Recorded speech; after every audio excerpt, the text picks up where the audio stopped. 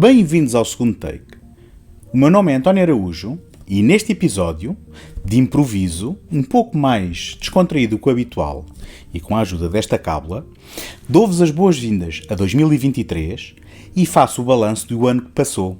Na primeira parte, reflito sobre o que foi o 2022 no que diz respeito ao segundo take e a outros projetos em que participo e lanço algumas expectativas para o ano que arranca. Na segunda parte do episódio converso com Pedro Correia do podcast Vinyl and Celluloid sobre o ano cinematográfico que passou, em que regressaram os sucessos de bilheteira às salas de cinema. Será que Top Gun Maverick e Avatar, O Caminho da Água, foram suficientes para salvar a sétima arte? Relembro que o podcast está agora também disponível para ver, além de ouvir. Basta subscreverem o canal de YouTube do Segundo Take para não perderem pitada. Ora, depois de um ano conturbado, 2021, tentei regressar ao Segundo Take em força, àquele ritmo de um episódio por semana, e ali por volta de fevereiro, depois de ter participado na Sala Azul, fiquei com aquele bichinho do YouTube. E nesse mesmo mês comecei a publicar os meus episódios não só em áudio, como também em vídeo. A primeira reação, chegando ao fim do ano, é de que houve muitos episódios em que, ou melhor, houve muitas semanas em que eu não consegui produzir um episódio e esse primeiro pensamento é de que isto tinha sido um ano um bocado negativo, a não conseguir aquele ritmo que eu queria habitualmente, mas na verdade quando nós começamos a pôr as coisas no papel, começamos a ver que não é exatamente assim. E aquilo que parece uma coisa negativa, na verdade não o foi.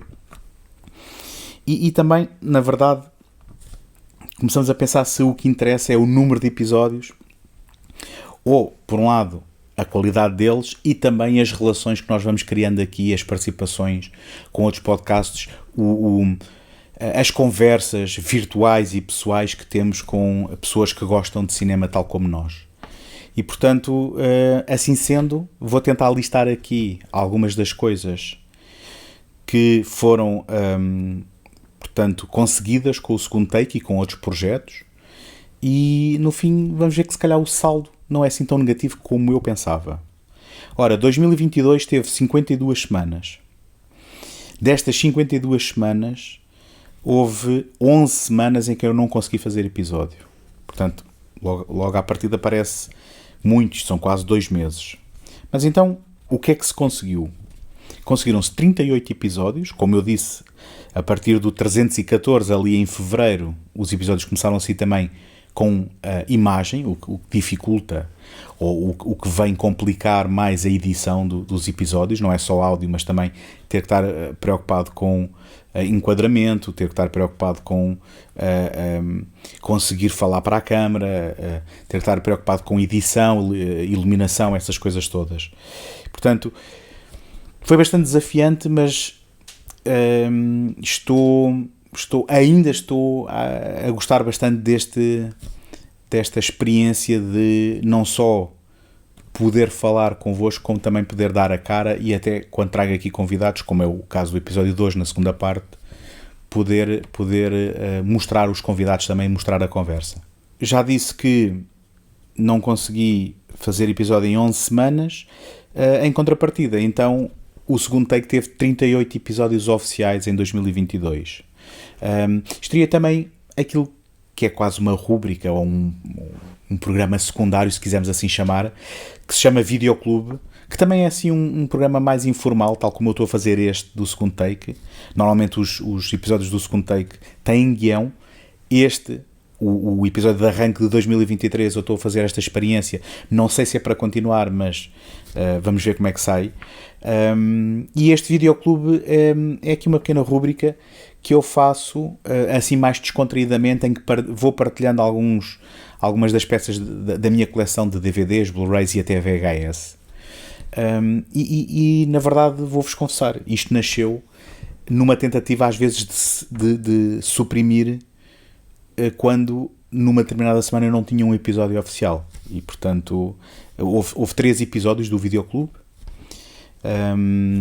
E, enfim, espero que gostem, e quando às vezes poderá não ser possível partilhar um episódio oficial, tentarei fazer um episódio do Videoclube também em 2023. Em termos de especiais, em 2022, logo em janeiro, fiz o habitual balanço do ano anterior, tal como estou a fazer este episódio. Em março fiz um episódio dedicado ao slasher, onde partilhei um texto que eu escrevi, onde contava uma breve história do slasher, isto para os fãs dos filmes de terror. Em abril fiz também o rescaldo dos Oscars. A minha relação com os Oscars é um bocado complicada. Não é que eu seja o maior fã de premiações, só que isto é sempre um acontecimento importante no que diz respeito à cinefilia, e portanto fiz também essa cobertura dos Oscars em abril.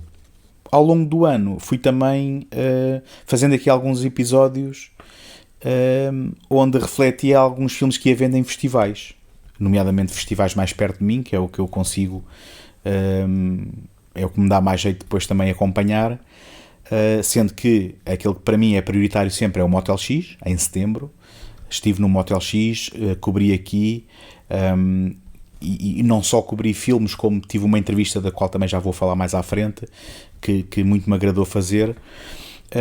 Vi alguns filmes que também partilhei aqui em outubro do Left Fest, neste momento Lisbon and Sintra Film Festival, e depois em dezembro aquele que foi a primeira edição do Nalgas Film Festival, que também foi aqui muito falado e que vocês com certeza acompanharam, mas que eu ponho aqui ao nível dos outros festivais porque foi uma primeira edição de algo que eu tenho esperança que tenha pernas para andar e que venha a ter muitas mais edições e que venha a crescer.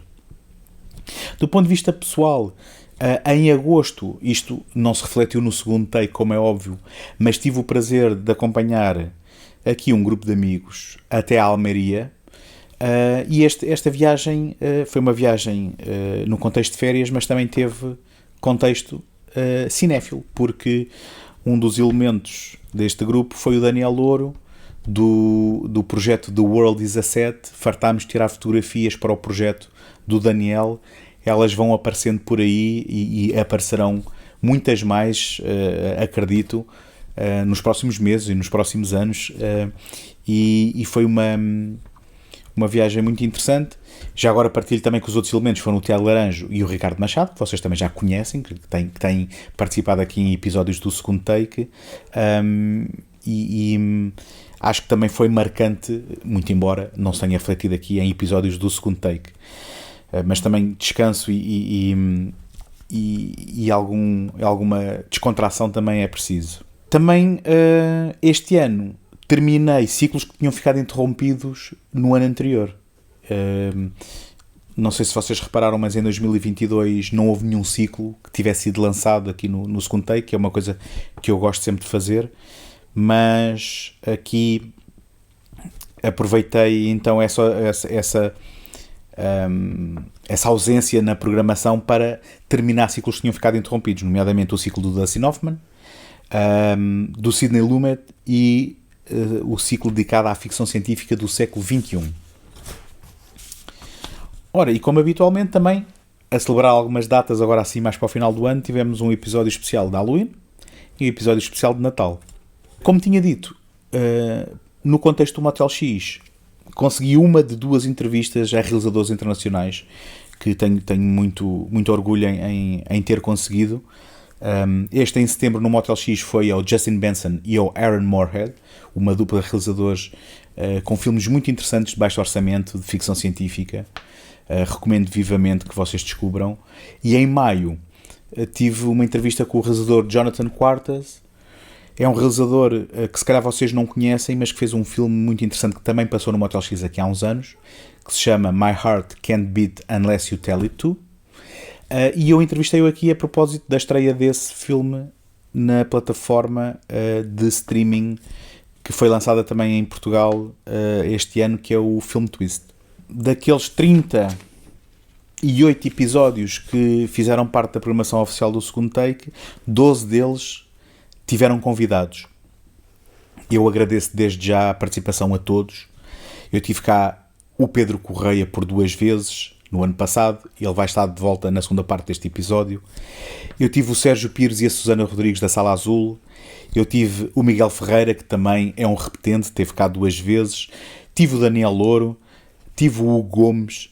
Tive o Ricardo Machado, mais uma vez 2 vezes. Outro repetente foi o Tiago Laranjo. Tive o Pedro Cinema Xunga. Tive o Rui Alves de Souza. Tive o Carlos Reis. Muito obrigado. Todos estes nomes são malta impecável que está sempre disposta a dar uma ajuda, a participar, a colaborar e a dar força a este projeto. E eu agradeço muito. Nestes 38 episódios também, então, eu cobri 74 filmes. Desses 74 filmes, nesses 74 filmes contam-se 20 filmes estreados em 2022, seja no cinema, seja em plataformas de streaming, ou alguns deles até no contexto do Motel X. E já agora, falo de longas-metragens aqui. Obviamente no Motel X também se vêem muitas curtas-metragens, mas falo de longas-metragens. Cobri estreias como Gritos, ou Gritos 5, Massacre no Texas, Águas Profundas, Tudo Entulhado ao Mesmo Tempo, O Peso Insuportável de um Enorme Talento, Doutor Estranho no Multiverso da Loucura, uma das minhas raras incursões ao cinema de super-heróis, porque este foi realizado pelo Sam Raimi, tinha que ver. Top Gun Maverick, O Predador Primeira Presa.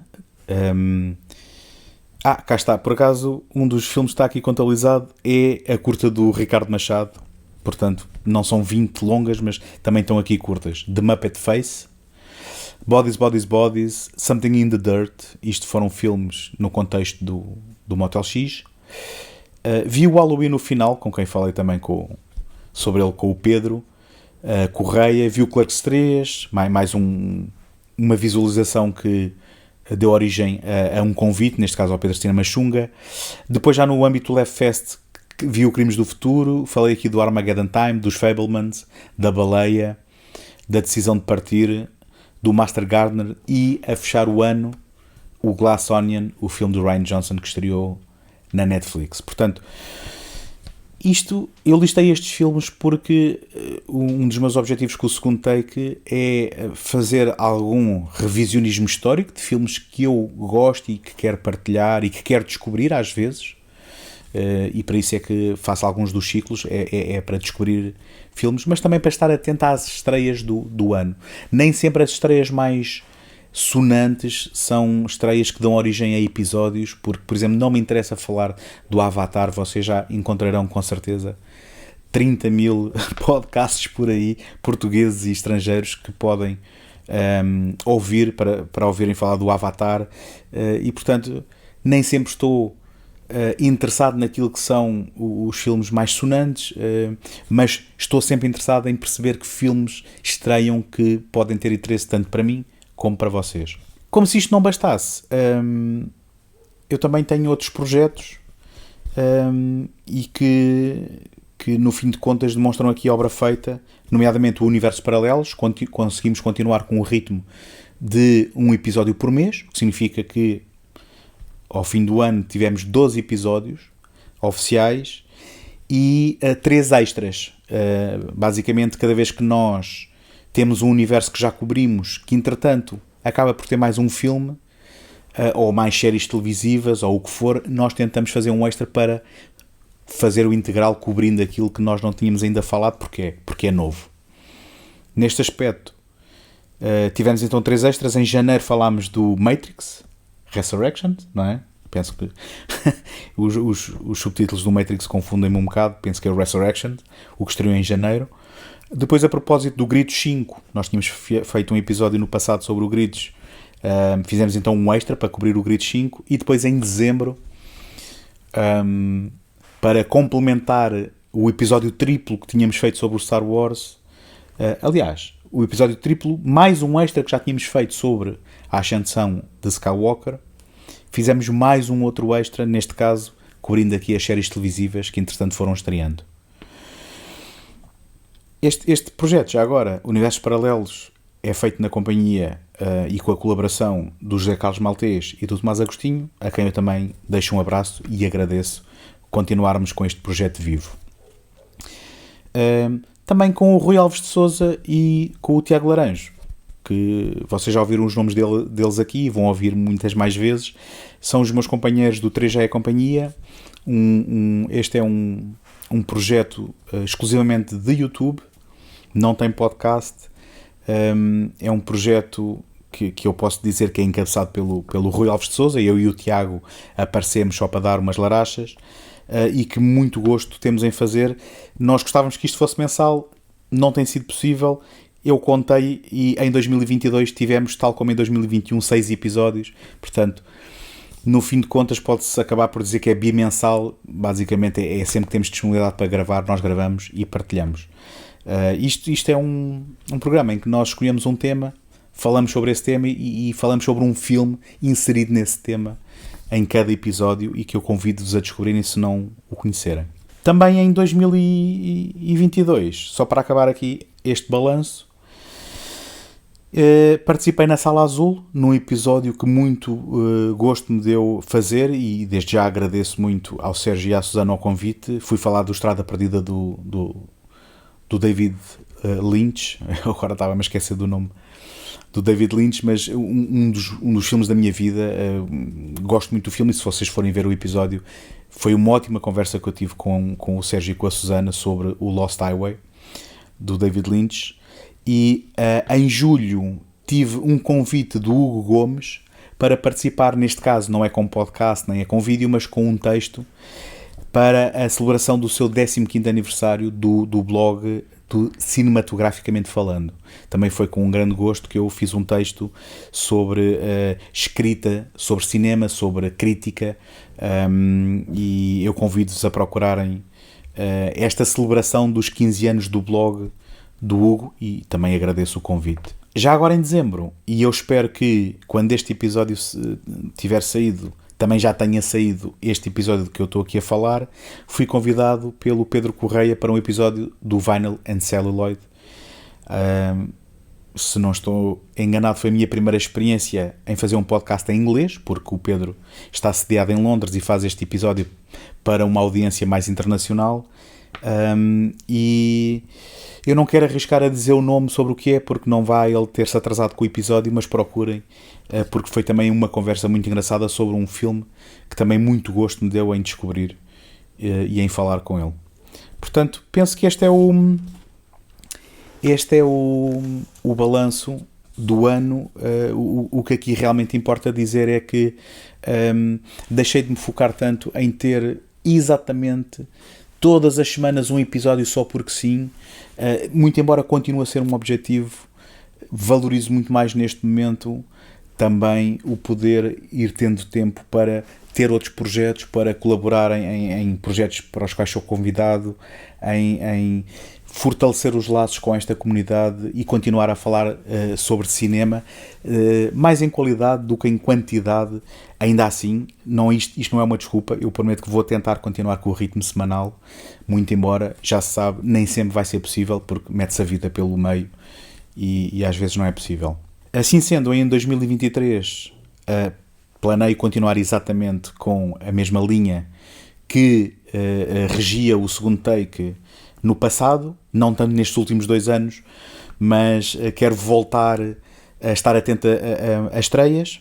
Quero continuar a falar de filmes antigos que eu gosto e que quero partilhar, mas também vou tentar já pré-programar aqui alguns ciclos de filmes que eu quero descobrir e que quero partilhar convosco, e que vou-vos convidar para virem nesta viagem comigo. Sendo assim, e este primeiro ciclo foi o resultado de uma votação que eu lancei no Instagram e no Facebook, em que o vencedor foi John Frankenheimer.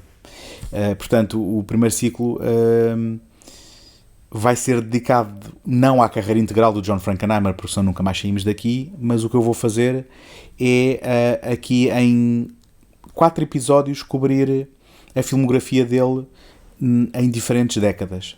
Portanto, primeiro um episódio sobre a década de 60, depois 70, 80 e 90. E portanto, assim sendo, tentar polvilhar aqui este ciclo com títulos representativos da obra do John Frankenheimer, mas também indo acompanhando a evolução ao longo destas décadas.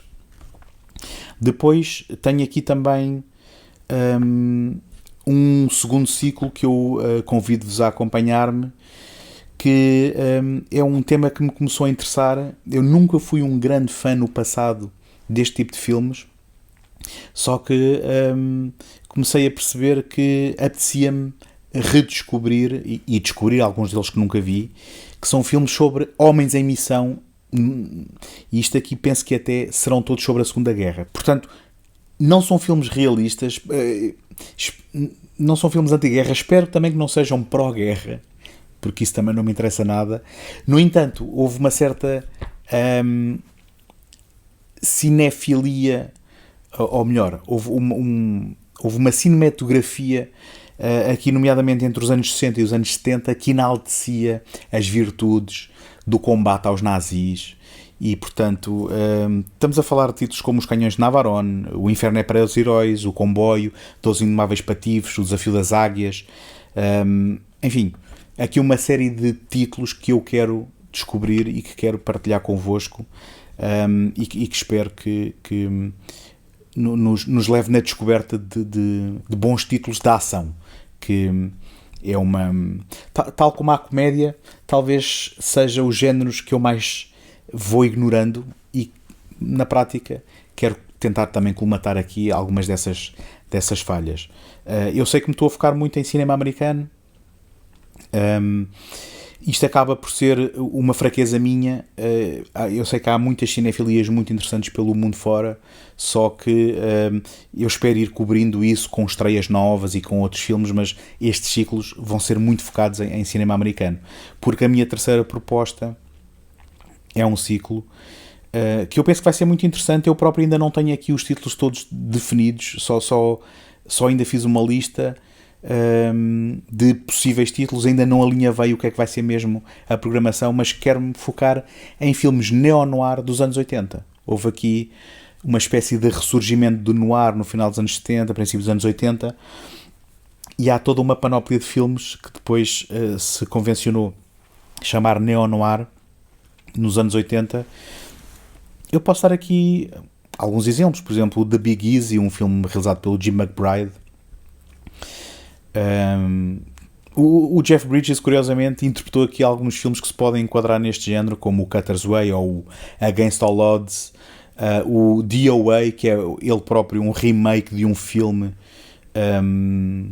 de um filme noir original, mas que aqui foi refeito em 88 com a Meg Ryan e com o Dennis Quaid, por exemplo. Enfim, o Thief, do Michael Mann, é um filme que eu nunca vi, é um dos filmes da filmografia do Michael Mann que eu nunca vi, portanto, tentar arranjar aqui uma boa série de títulos para ir descobrindo este género ao longo do ano. E estes serão os ciclos oficiais, chamemos-lhe assim, de 2023, no segundo take.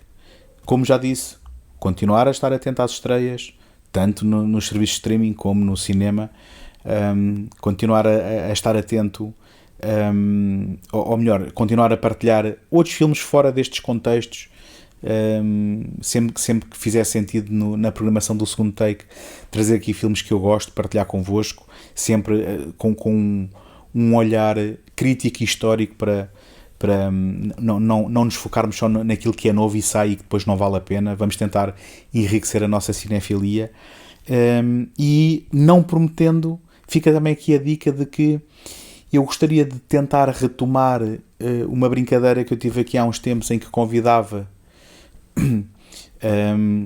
trazia convidados ao segundo take para falarmos de um filme e do seu remake, que é uma coisa que eu também gosto muito, é de fazer estas comparações, e era algo que eu também vou tentar retomar aqui e ali, ocasionalmente, convidar pessoas, não só estes amigos e colegas que estiveram aqui em 2022, como também tentar trazer pessoas novas, e se calhar esta é uma boa desculpa, e é sempre um exercício muito interessante olhar sobre um filme e depois olhar sobre um remake desse filme e comparar as duas versões.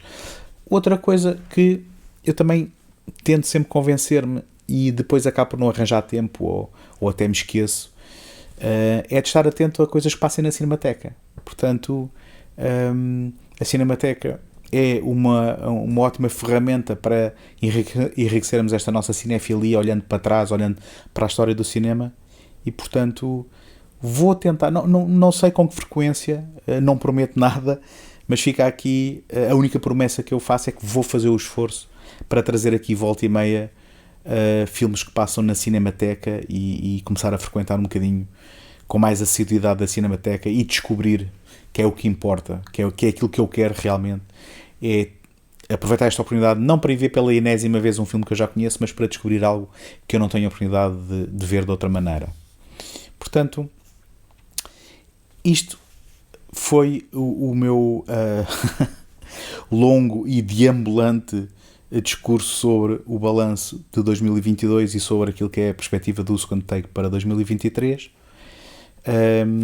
Espero que tenham gostado. Eu vou-me já despedindo, mas vocês não vão a lado nenhum, porque já de seguida vou partilhar convosco a conversa que eu tive com o Pedro Correia sobre aquilo que foi o cinema no ano 2022, onde também vamos partilhar aqueles que foram os nossos filmes preferidos deste ano que passou. Ora, então não pude deixar de passar a oportunidade de que apanhei aqui o Pedro em casa e obriguei-o a sentar-se. Obriguei a sentar-se e a falar comigo sobre o 2022 no cinema. Nós estamos quase no último dia do ano e é uma ótima oportunidade para fazermos um balanço. Ora, aí está. Ora, muito bem. António, obrigadão por me teres convidado. Convidado. Obrigado. Olha, já que estás cá, senta-te e senta-te, é uma ordem. É o meu prazer falar de 2022, o balanço de 2022. Como eu já tinha dito, como não tive tempo para comprar o meu equipamento, não fiz a minha própria versão do balanço de 2022. Portanto, para mim é ótimo dar início a esta tradição que assim obriga-me para o ano a fazer o balanço de 2023. Portanto, obrigado eu mesmo, porque já começa aqui um historial. E deixa-me dizer-te que eu sou mais ou menos anti-listas e anti ter que categorizar tudo e dizer que gosto mais deste do que daquele. No entanto, acabo sempre a fazer isto porque penso que também é uma forma de refletir sobre aquilo que nós vimos. Sim. Não tanto para dizer que este é o melhor, aquele é o pior, mas para refletirmos um pouco. Acaba por ser um bom exercício. Sem dúvida. Então, o que é que... Ou seja, eu ia-te perguntar genericamente o que é que tinhas achado do ano, mas vamos começar pela controvérsia. Não é? Então, mas eu acho que começamos pelo bom. O que é que tu achaste daquele que foi para muitas pessoas o melhor filme do ano? Que eu sei que tu tens aqui uma visão um bocado contrária e como isto é uma democracia livre de expressão, basicamente estamos a falar de todos em todo lado ao mesmo tempo, não é? É assim que se chama em português. Eu ia fazer a piada que era o Pinóquio da Disney, mas tu não me deixaste. Não.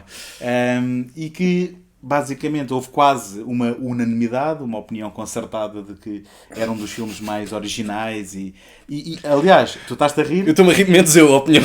Não, a questão é mesmo essa, porque eu sou dessa opinião, sim, mas tu estás um pouco aqui no espectro oposto e sempre estás muito sozinho, não é? Não, antes só que mal acompanhado.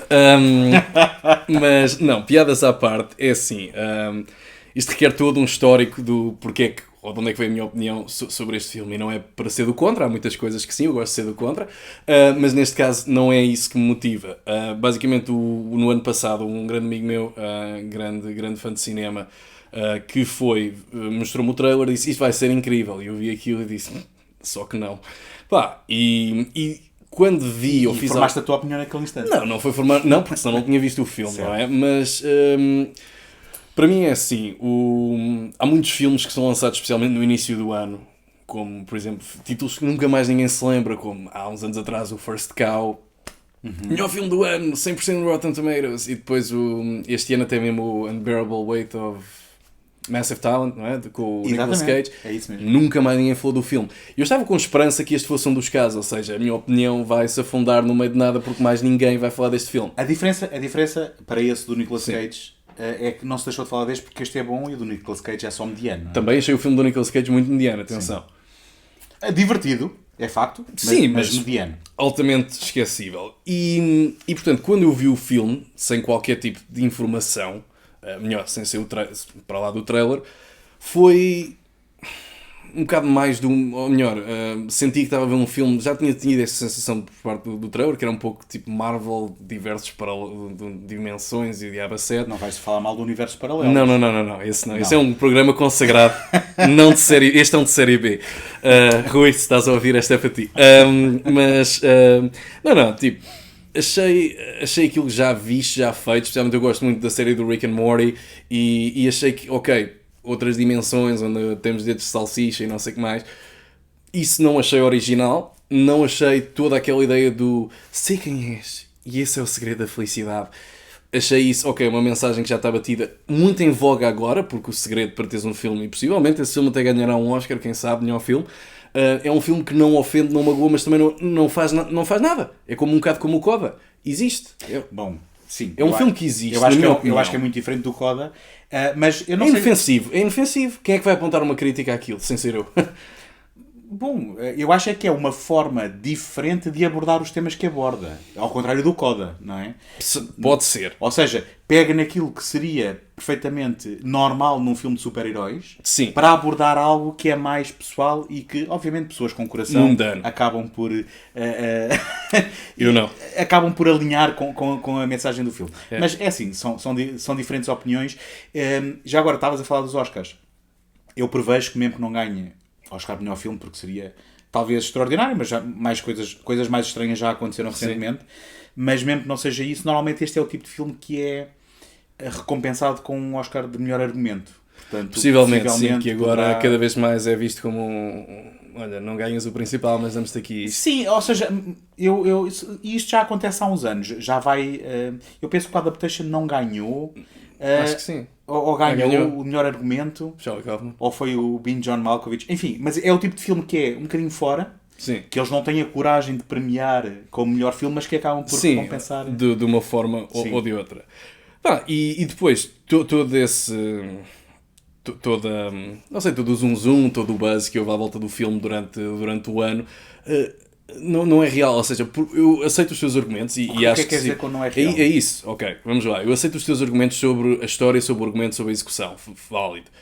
Criarem, como se falou do Renaissance, criarem a mesma coisa à volta da Michelle Yeoh, não sei como é que se pronuncia o último nome dela, como já tivemos esta conversa, a não ser que seja um fã do cinema de Hong Kong, e sim, sei que ela apareceu em filmes da Marvel que eu não vi, mas para pessoas que não vêm nem de um campo nem do outro, se removeres o filme do 007, Tomorrow Never Dies, e aquele filme que foi popular durante 3 meses, o Crouching Tiger, Hidden Dragon, o que é que foi que ela criou assim de impacto para as pessoas?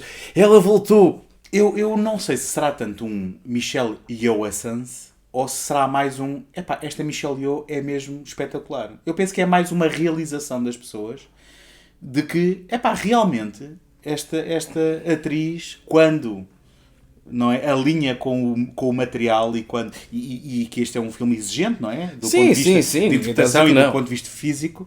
Eu penso é que foi mais um cair na ficha de que, esta é mesmo boa, esta Michelle Yeoh. Pronto, é uma interpretação a ter. Eu do que li fiquei sempre com, voltou e ia bem, e exemplos e o diabo. Eu olhei para aquilo e fiquei assim um bocado, ok. Portanto, isso também não foi isso que formou a minha opinião, até porque isso aconteceu depois. Mas sinceramente passou um bocado ao lado, e quando os créditos finais apareceram e aparece o nome do Joe Russo e do irmãozinho dele, o Anthony, eu disse, eu sabia que isto havia, mas eu não sabia, foi isso que eu disse, é a confirmação. Mas eles estão lá escondidinhos como produtores. Eles não interessa, tem o chispezinho deles lá a fazer assim a maroscazinha do mar. Não. Para mim é assim, eu também não sou fã do trabalho dos irmãos Russo, mas também não nos podemos esquecer que foi malta envolvida com o Community. Não vais agora criticar o Community. Não, eu adoro o Community. Eles até estiveram envolvidos. Eu fiquei chocado por saber que eles estiveram envolvidos com o Arrested Development e fiquei bastante surpreendido, especialmente com o episódio piloto, porque eu pensei, ok, ficou tudo o que era bom em 2004, 2009 com o Community. Mas foi um daqueles filmes que me passou assim um pouco, não percebo. Há certas coisas, pronto, não estamos equipados para perceber, nomeadamente do que lida com sentimentos, e eu não estou de todo preparado, e não foi um filme que me calhou bem. Então deixa-me virar a fazer... Agora que o pessoal já se foi todo embora. Agora que a malta já parou toda, fazemos um 180 à conversa, falar de uma coisa que eu sei que tu gostas mais. Isto foi um bom ano para terror. Era isso que te ia dizer. Foi um excelente ano para terror, não só a nível comercial, mas também a nível crítico e pelo respeito pelo género. E não vamos falar do Scream 5, porque ao fim e ao cabo o sucesso do Scream 5 deu origem ao Scream 6. O Five Cream. Five Cream. E agora é o Scream V. Scream V. Scream V. Scream V. Esse é que eu não vi. E nem quero ver. Não quero ver. Tirando isso, que para mim não foi assim excepcional, e o Halloween, que temos um episódio. Estava à espera. Esmaga o sininho e tal. Esmaga o sininho, vai lá ver o episódio. Foi um ano que, isto citando um dos maiores autores e pensadores da indústria do cinema, a bombá-las todas para a arreia, a chefe, a marfá-las mesmo à arreia, 30 por uma linha, que é o oposto que eu quero dizer, mas não interessa. Foi um ano excelente e tivemos vários títulos, nomeadamente tivemos a consagração da Mia Goth, que já tinha aparecido num filme de terror e agora We're Not Worthy, e vai aparecer agora no próximo filme do Brandon Cronenberg, o Infinity Pool. Okay. Sai em janeiro de 2023. E que já aparecia no A Cure for Wellness. Exatamente. Exato. Que eu ainda não vi, mas que tenho muita curiosidade de ver. É bom. E a Mia Goth, que esperamos ver no Maxine, que ainda não tem nada de estreia, mas esperemos que seja para o próximo ano.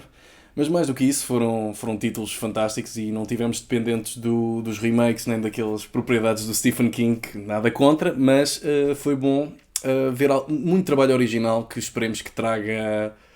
não sei, uma nova olfada de ar fresco que se prolongue durante os próximos anos neste género. Mas nem só de terror se fez o 2022 e acho que estamos num período de transformação, não é? Onde neste momento é o cinema internacional que está a compor ou a acompanhar as falhas ou o período de transformação que vemos no que acontece em Hollywood. E foi isso que notei muito e nomeadamente nos títulos que mais me apanharam este ano. Mas qual é que foi a tua opinião geral sobre 2022? Não, eu quando pus a fazer a lista do top 10, não é? Porque nós fazemos um número arbitrário de escolher 10 filmes. Uma coisa que eu notei é que pelo menos 4 ou 5, agora já não tenho bem de cabeça, são filmes de terror. Isto não só demonstra a qualidade dos filmes de terror, que realmente este ano foi muito forte, ou pelo menos quantidade, não é? Pelo menos quantidade de alguma qualidade. Sim. Mas também demonstra o meu gosto pelo género. E também um bocado influenciado porque vi alguns filmes no Motel X. Sim. E na verdade um dos meus filmes de eleição deste ano vem de lá. E uma coisa que eu noto é que o cinema voltou, mas não voltou totalmente em força. Tivemos fenómenos como o Top Gun Maverick, exato, não é? Em termos de bilheteira. Agora, no final do ano, temos aquele fenómeno de que, mesmo que o James Cameron levasse 50 anos a fazer o novo Avatar, vinham todos, e os pais, e as mães, e os tios, e os cães ver aquele filme. Ainda não está lá. O filme ainda não passou aquela barreira que... Sim, já fez 1.000 milhões de dólares. Mas a ver. É muito dinheiro. Pá, tem que ser 2, que senão aquilo mas dê para onde der é muito dinheiro. E a verdade é que, tirando esses fenómenos, eu continuo a haver muita coisa boa a ser destruída só nos serviços de streaming. Eu tenho um ou outro filme que são dos meus favoritos do ano, que são lançamentos em streaming e que não tivemos a oportunidade de ver em sala. E temos ainda não chegaram cá todos esses filmes, mas pelo menos no caso do Spielberg chegou, e com um ótimo filme que eu vi no Left Fest, mas que entretanto já estreou comercialmente, que é Os Fabelmans, que é alguma da geração consagrada de realizadores de Hollywood a refletirem sobre a potencial perda do cinema, não é? E da experiência em sala de cinema, e talvez a lamentarem-se, talvez num último suspiro ou num lamento, não sei bem. Portanto, estamos aqui, é como tu dizes, num período de transição. Agora, eu acabei este ano e tenho o mesmo sentimento que tenho no final de todos os anos, que é: eu não vi cinema suficiente. Eu sinto que não vi todos os filmes que eu gostaria de ter visto, sinto que não vi a diversidade que eu gostaria de ter visto. Mas pronto, não deixo de, dentro daqueles que vi, ter os meus favoritos, e já vamos falar disso. Sim, sem dúvida. É assim, há aqui pontos muito interessantes que tu tocaste, nomeadamente o facto de passar a barreira dos 1.000 milhões e o facto de nenhum filme de super-heróis este ano ter passado essa barreira que antes era dado como adquirida, era só uma questão de tempo, não de se isso iria acontecer. E isso deixa-me, por um lado, feliz, porque finalmente podemos deixar de ter o excesso que invade e polui as nossas salas, e sim, vou ser controverso. Sim, mas por outro lado é o Avatar, não é? Por outro lado, o que é que vem substituir, não é? E é essa a grande questão. Eu acho que portanto, os Fabelmans, e foi um filme que vi recentemente, aliás foi o último dos lançamentos de 2022 que vi. Ora, aí está um que não precisamos de andar à batatada, não é? Não, é um filme excelente e é um filme que lá está, tem a dose certa de sentimentos, que é muito pouco. Não, é um filme, eu não vejo aquilo como um lamento, mas é mais um filme que convida a refletir, porque se formos ver, e vamos ver cinema comercial de Hollywood, e virmos a geração do Spielberg, o movimento New Hollywood, os movie brats, não é? E vimos os Scorsese, o próprio Spielberg, o Francis Ford Coppola, etc., que foram à escola, film school, não é? Mas viram os grandes clássicos e aprenderam e absorveram o cinema mundial. E vemos a geração seguinte, a geração do Clube Vídeo, com o Quentin Tarantino, Paul Thomas Anderson, David O. Russell, etc., que estudaram, não foram à escola, mas estudaram de outra forma. E isso, ontem, quando vi o filme, e ontem também estava a pensar nisso, o que é que vai ser da geração desta que só vê a treta que está no Netflix? E fazem aquela pergunta que há uma pessoa que aponta muitas vezes, em que plataforma está? Tipo, isso é a pior pergunta que podem fazer. E portanto são pessoas que não apreciam, que não vão, podem até apreciar à maneira deles, mas não têm a capacidade, ou se calhar não sabem o que é criar uma coisa que não seja feitos especiais e sem qualquer tipo de conteúdo para ser visto num grande ecrã. Sim, nitidamente alguma coisa vai mudar em termos da experiência. E eu chamava-lhe um lamento, no sentido em que eu penso que o cinema não vai morrer, mas não sei se o cinema vai continuar a ser uma experiência de sala. Sim. E eu penso que o que se está a refletir agora muito é nesse desaparecimento da sala. E, sem dúvida, que a influência que os futuros cinéfilos estão a ter neste momento é diferente daqueles que nós tivemos e de que a geração anterior teve. Sim. E, só que até à nossa geração envolvia ficar fascinado por um filme numa sala de cinema, olhar para um ecrã gigante. E agora não vai ser isso obrigatoriamente. Eu penso que é essa a grande diferença, respondendo ou tentando responder à tua pergunta, não é? À pergunta sim, sem dúvida. E por esse lado, é isso que se calhar leva também a migrar em termos de aquilo que nós queremos ver. Ok, se estão tão focados em fazer essas produções para ser consumido num telemóvel ou em casa, então tudo bem, nós viramos para as produções internacionais e foi onde cada vez mais tem estado a minha aposta e foco. Dá-me aí um ou dois exemplos. Exato, ia-te falar de um filme de terror que foi, apesar de um ano excelente, que já eu tenho como menções honrosas o X e o Pearl, o Hatching, um filme finlandês incrível. Está na Filmin, não é? Está. Um filme incrível que vive de efeitos práticos, tem algum CGI pouco, não muito, não espetacular, mas não é isso que o filme não é sobre isso. E o filme é, se calhar, uma sátira tão cáustica como o Triangle of Sadness, mas um bocado mais subtil e com um tema ou sobre o véu do cinema de terror. Falamos do próprio Triangle of Sadness, o Decision to Leave, o Banshees of Inisherin, um filme irlandês, e portanto tivemos todos estes títulos que foram, que não são produzidos em Hollywood, não vêm de uma veia tradicional nem sequer dos OTTs, mas que são um sucesso. Sim. E que são um sucesso a nível crítico e que contam uma história com as quais todos nós nos podemos relacionar, na minha opinião. Por outro lado, tens pessoas ou realizadores como o Spielberg e os Fabelmans e até mesmo o próprio David O. Russell, que foi crucificado, o filme é chato e não sei o que mais, que traz aquele talento que está no elenco, que está à vista, não é? Nem é preciso entrar em nomes, senão tínhamos aqui um programa inteiro. E que faz algo muito na veia do American Hustle, que foi celebrado por muita gente e muitos críticos, mas como não se consegue separar, especialmente nesta era, porque antes conseguiam fazer isso com o Woody Allen e com o Roman Polanski e outros que tais, mas como agora não conseguimos fazer essa distinção e separação, o filme foi completamente destruído e arrumado a um canto. Sim, convém explicar a quem possa não saber que o David O. Russell tem fama de ser uma besta, não é? Por estas letras todas, não é? E não foi só isso, mas sim, foi também um dos motivos pelos quais... Sim, de pôr os seus atores a chorar. Sim, mas isso também, o Sr. Stanley Kubrick também fazia essas coisas de quando a quando. Portanto, Mas noutra era. Noutra Se era. fosse agora, talvez fosse pelo mesmo caminho. Exatamente. E então, como há essa dificuldade, essa separação, e cada vez mais caminhamos para isso, porque a arte, no fundo, vai refletir a sociedade, não é? O que tu aceitas, o que tu toleras, o que tu queres ver, vai ser o reflexo da própria sociedade, não existe num vácuo, não é? E para mim, isso, aliás, tudo o que aconteceu, porque podem achar o filme chato, podem... olha, eu ia com baixas expectativas para o filme e saí de lá, uau, não acho o filme brilhante, mas é um bom filme. Agora, porque sei separar, não estou a dizer, o David Russell é ótima pessoa, uma joia, adorava ir almoçar com ele, não sei como é. Não, mas é essa separação que cada vez mais vai afetar a arte e vai resultar no efeito contrário ao que se espera, que é homogeneidade e um conjunto de pessoas que estão elevados a um patamar de santidade, que podem trabalhar e que desde que criem um produto que não magoa, não ofende e não chateia. E é essa a opinião. Deixa-me começar a falar dos meus favoritos do ano, porque vão estar englobados em conversas que tivemos até agora. Sim. Ok? E depois já peço, depois no final vou-te pedir que me fales um pouco do teu top 3, só Sim. para não ficarmos aqui o dia todo. Mas então, eu concordo com alguns dos títulos que tu disseste aí. Não é concordo, desculpa. Os meus favoritos do ano são alguns dos títulos que falaste aí.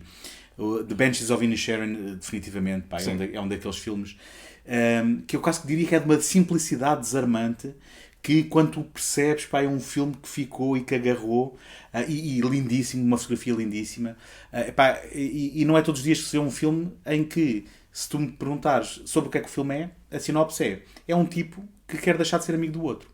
Pronto. E a partir daí construímos uma história que poderá ser sobre muito mais, e é, com certeza. Os Fabelmans acabou por ser também um filme que eu gostei muito quando vi e que tenho tido constantemente no fundo do meu pensamento e que quero revisitar. Mas, então, cingindo-me ao meu top 3, o meu primeiro é o teu pior filme do ano, que é a escolha unânime. Peço desculpa por ser tão óbvio, mas é um dos meus filmes favoritos deste ano. Depois eu vou fazer uma batota, porque tenho aqui um ex-aequo, que é entre o X e o Pearl.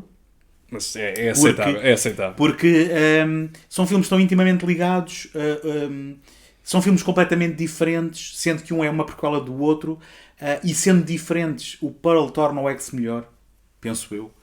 Recontextualiza ou dá-lhe mais camadas, exatamente. E estou muito curioso então para... Como é que se vai chamar? Maxine com triple X, não é? Yeah. E agora que estavas a falar de cinema internacional, a minha terceira escolha do ano é um filme também pela simples reação visceral que eu tive ao vê-lo no Motel X, e por ter se colado e por ter persistido na minha memória. Eu tenho que englobar no meu top 3 um filme que é dinamarquês, que é o Speak No Evil. Que eu não vi, mas eu acho que já falei aqui quando falei sobre o Motel X, mas que basicamente é um filme que é quase um pesadelo sobre o constrangimento social da relação com terceiros. Se é como... Eu não quero estragar o filme para ninguém. Não, que eu agora quero ver. Eu não quero estragar o filme para ninguém, mas é um filme que tem dividido muitas pessoas, que eu tenho falado com pessoas que dizem o filme é muito idiota e as coisas que se passam com aquelas pessoas nunca se passariam comigo porque é inverosímil.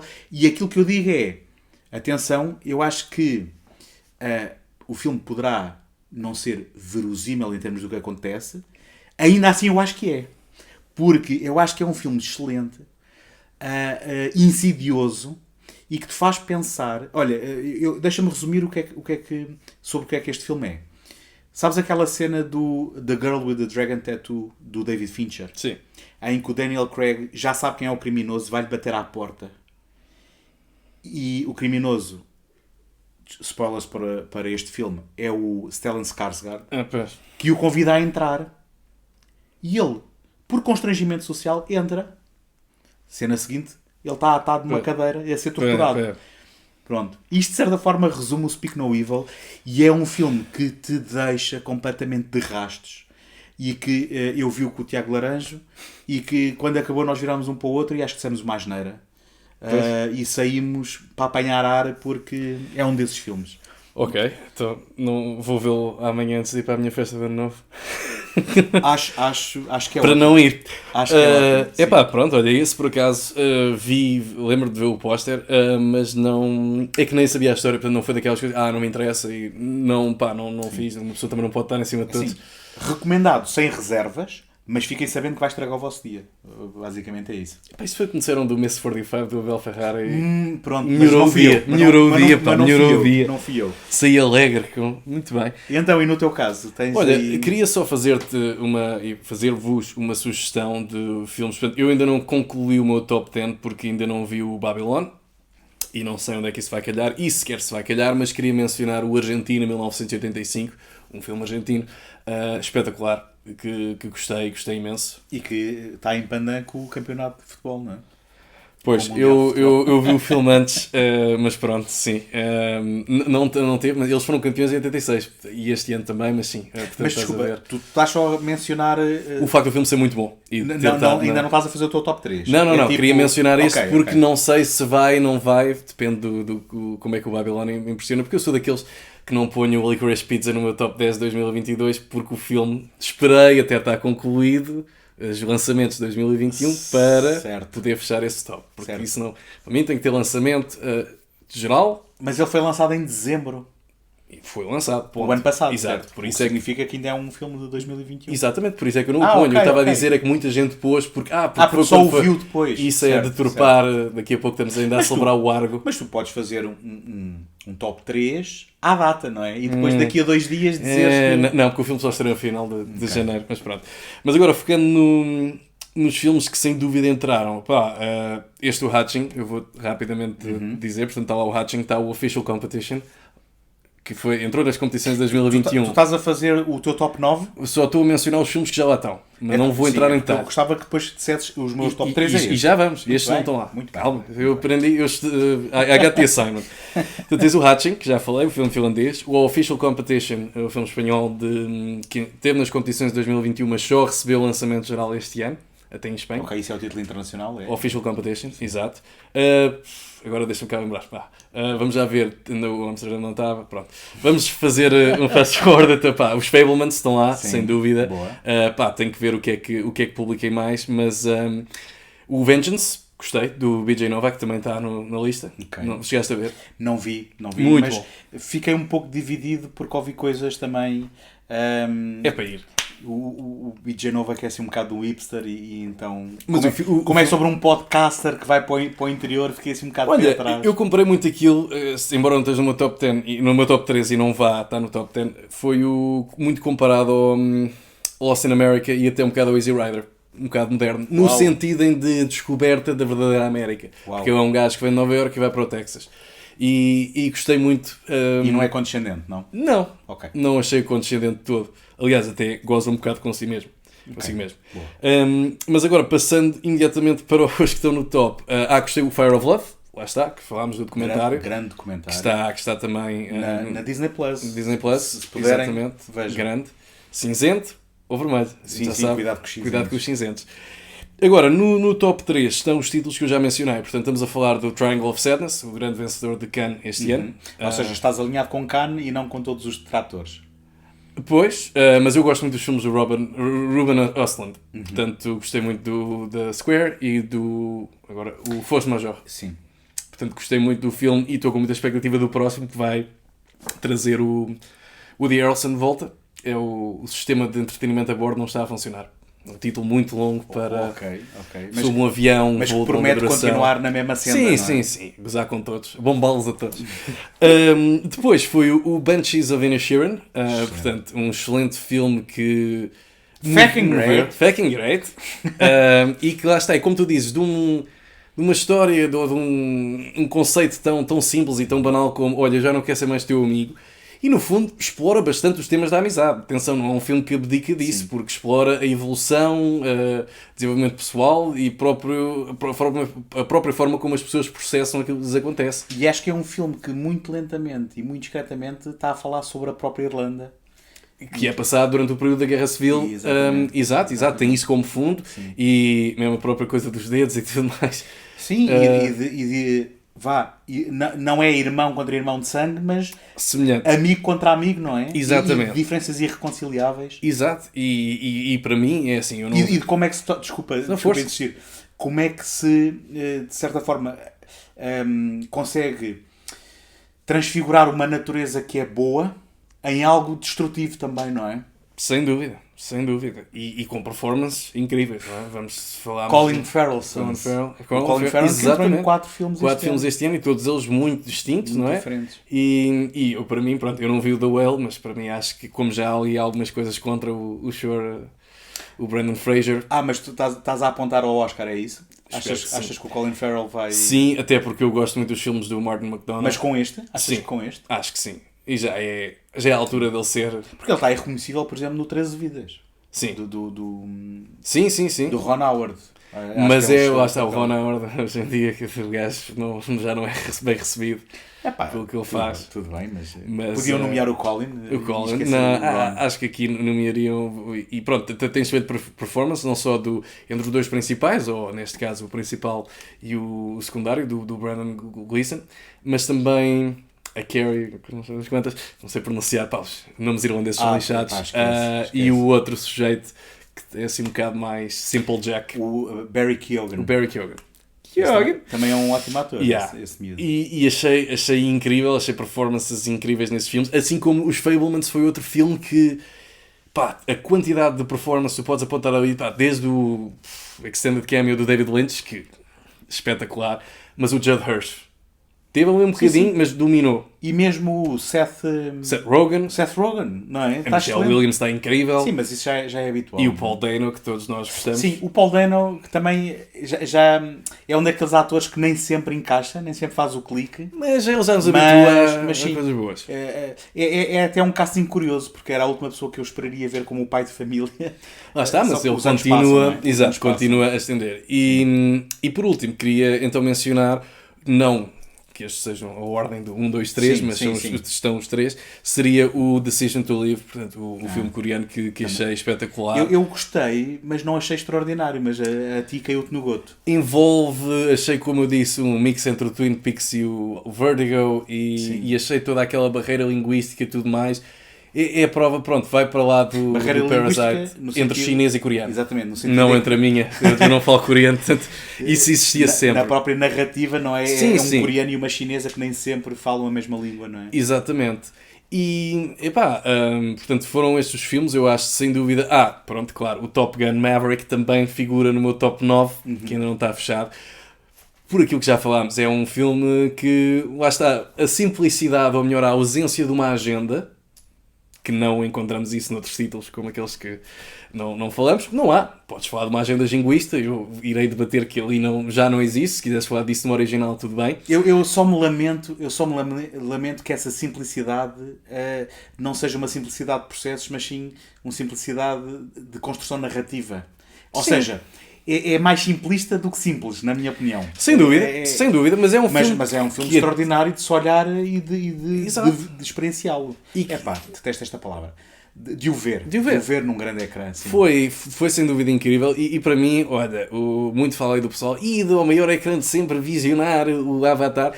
Eu acho que se houve 2 filmes que pedem o maior ecrã de sempre, um deles seria o Top Gun Maverick, o outro, os Fabelmans, porque isso é assim, é uma experiência meta, quase transcendente. Olha, eu fui ver o filme ao Cine Atlântida, o cinema onde eu cresci, ir ao cinema, foi a segunda vez que fui ao cinema. Porque o primeiro já fechou. E é nostálgico e tal. E isso contribui muito para a experiência que tu tens e o elo que tu constróis. E isto voltando... Olha, eu vi lá o Licorice Pizza. Também fui lá ver. Então, eu gosto de ver lá filmes passados na Califórnia. Mas agora, no extremo oposto, deixa-me dizer-te que eu levei este meu gosto pelo IMAX ao extremo. E eu fui ver o Halloween Ends em IMAX, e posso dizer que para já não foi um filme feito para IMAX. E depois era a única pessoa na sala.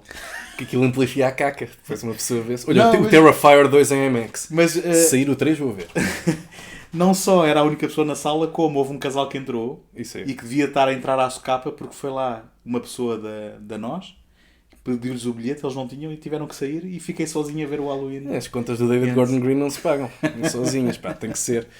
Mas sim, olha, e aproveito para te perguntar o que é que tens aí de expectativas. Se ainda tivermos tempo para 2023, o que é que tens aí?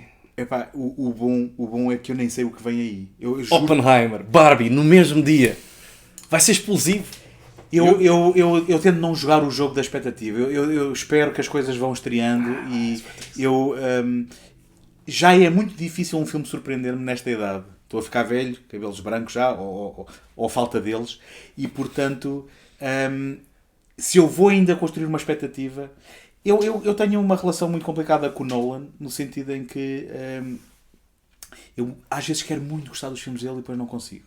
E então para que criar uma expectativa pelo Oppenheimer? Sim, Eu sim. queria adorar o Interstellar, mas não consigo. Eu também não consigo, mas eu Pronto. digo isso. Eu não esperava nada do Dunkirk e gostei do Dunkirk. Portanto, vou vacilando, estás a perceber? É. Achei o Tenet uma charupada daquelas à antiga. Nem todos podem ser como o Rui, que adora o Tenet e veneram Exato, aquilo e defendeu o exato. Tenet até O mais. Rui que não. até falou comigo aqui no segundo take sobre Foi. o Tenet, portanto, Ele adorou, ele esmaga o sininho, não esmaga faz o o sininho, like. não esmaga o sininho porque só está em áudio. Não, Mas e vá como é procurar. que. Não, e tens o outro, como é que é? Não está Mas nada. façam uma aí. fala para a gente falar. Espera aí, que por acaso até está no YouTube essa conversa. O episódio não está integral, mas até está no YouTube. Portanto, procurem Está isso. tudo lá, pá. Esmaguem, os procurem, esmaguem a procura. Ok, não, eu percebo isso. Então, e o novo do Martin Scorsese? Não traz aí. Sim, mas olha, isso, por acaso isso dava início a toda uma nova conversa. Pronto. Isso vai estrear no cinema? Vai, porque Mas não é uma a Apple produção é amiga. Netflix? É da Apple. A Netflix já não gasta dinheiro em coisas com é da qualidade. Apple. Perdão, Não. só eu gasto em volume. Não, é isto tudo para dizer que, sobre esta conversa toda sobre o futuro do cinema, quando tens realizadores como o Martin Scorsese, que, independentemente do seu gosto por uma sala e por aquilo que é o cinema tal como nós o conhecemos, se quer fazer um filme, tem que ser um filme que se calhar vai ser só lançado em streaming. Não é? O que dizer, não é? O que é que nos espera, não é? Pois, quer dizer, ele foi porque era um pouco o Irishman na Netflix, foi o único que passou o cheque, não é? Pronto, mas Agora aí, tens outros estúdios mas que aí tu- respeitam. Mas escuta, se tu quiseres salvar a sala, não preferias, se calhar, fazer então um outro projeto que alguém te garantisse que estreava em sala do que passarem-te um cheque para fazer aquele filme que tu queres fazer, mas que não vai ser visto em... Epá, Eu tô a bem, é lançar- assim, se o Robert De Niro... São perguntas retóricas, são perguntas retóricas. Se eu tivesse o Robert De Niro a andar tipo com 29 anos, mas a andar como tem a idade que tem, se o filme tivesse isso, pá, podia até ser o Roger Rabbit 2, mas se tivesse um Robert De Niro aged e o nosso Indiana Jones 5, pá, esse estás aí com a pica Não, toda. é Inevitável. inevitável. E toda a gente vai ver o Indiana Jones Vamos 5 ver, também, não é? estamos já batidos. Claro que sim. Mais se não seja para dizer, olha, este não tem frigorífico. Eu só não compreendo. Eu, por acaso, tenho uma teoria. Porque eu dizia a quem quisesse ouvir que eu não compreendia porque é que tinham lançado o trailer como lançaram. Porque acho que prejudica a expectativa do filme. Por outro lado, se calhar é isso que eles estão a fazer, é baixar expectativas. E depois grande o bosta. filme- Depois, O filme é afinal, tem excelente um- porque eles acabaram os efeitos especiais e aquilo parece tudo espetacular. Mas vendo o trailer, eu não compreendo como é que um teaser, não é? Parece feito no Mac. Em vez de criar mistério, parece uma coisa feita com efeitos inacabados. Porque o do 4 tinha algum mistério. Não me lembro, mas Pá, lembro de ver o avião na parte final. Aquilo, pá, foi. gostava de imaginar que sim. Mas isto para mim não é um teaser, isto é quase um trailer, só que o trailer está inacabado, os efeitos não estão lá. O CGI já está a chatear toda a gente, ainda o filme não estreou e portanto... Mas olha, isso resultou bem com o Sonic. Corrigiram os olhos, fizeram. O gajo foi oftalmologista. Sim, quer dizer, não sei dizer comparável, mas... É pá, o pessoal sei se mandou é. ouvir e os filmes ouviram. Será que eles lançaram isto para Olha lá, o que é que achas? O que é que opinas? Eles? tipo focus group de todo o mundo? Acho que sim. Pá, e terminamos aqui só com o filme que eu mais tenho expectativa para 2023, que é o Meg 2. Porque o Meg 1 foi já incrível. Este aqui Há um tem- Meg 2, mas Eu isso é li Ben os Whitley. livros. Hã? Não, Meg? o Meg do Tubarão. Do Tubarão, isso é o Ben Whitley que está a realizar o Sim, Meg sim, 2. sim. Pá, eu Ben Whitley fico sempre curioso para espreitar. Pá, eu li o primeiro livro, o segundo não li, porque o livro era tão bom como o filme. Foi daqueles casos em que estavam os dois Eu ao não. mesmo nível. Eu não li livro nem vi filme, O Meg está muito bom. mas sendo do Ben Whitley, o 2 se calhar quer espreitar. Pronto, então estamos aí. Pronto, teremos essa revisão como no nosso top 10 de 2023. Meg 2. E já agora, eu estou a olhar para ali, mas é para aqui. Só para dizer que eu não sei exatamente qual é o formato que o episódio vai ter. Eu com certeza ainda gostava de fazer um balanço depois de despachar este senhor. Mas para todos os efeitos, pelo menos, espero que tenham gostado deste troço. Claro que sim. E um bom ano. Um bom ano. Boas entradas. Boas entradas. E olha, e que 2023 seja um disco pintadinho. Como a gente gosta. Como a gente gosta. I took my love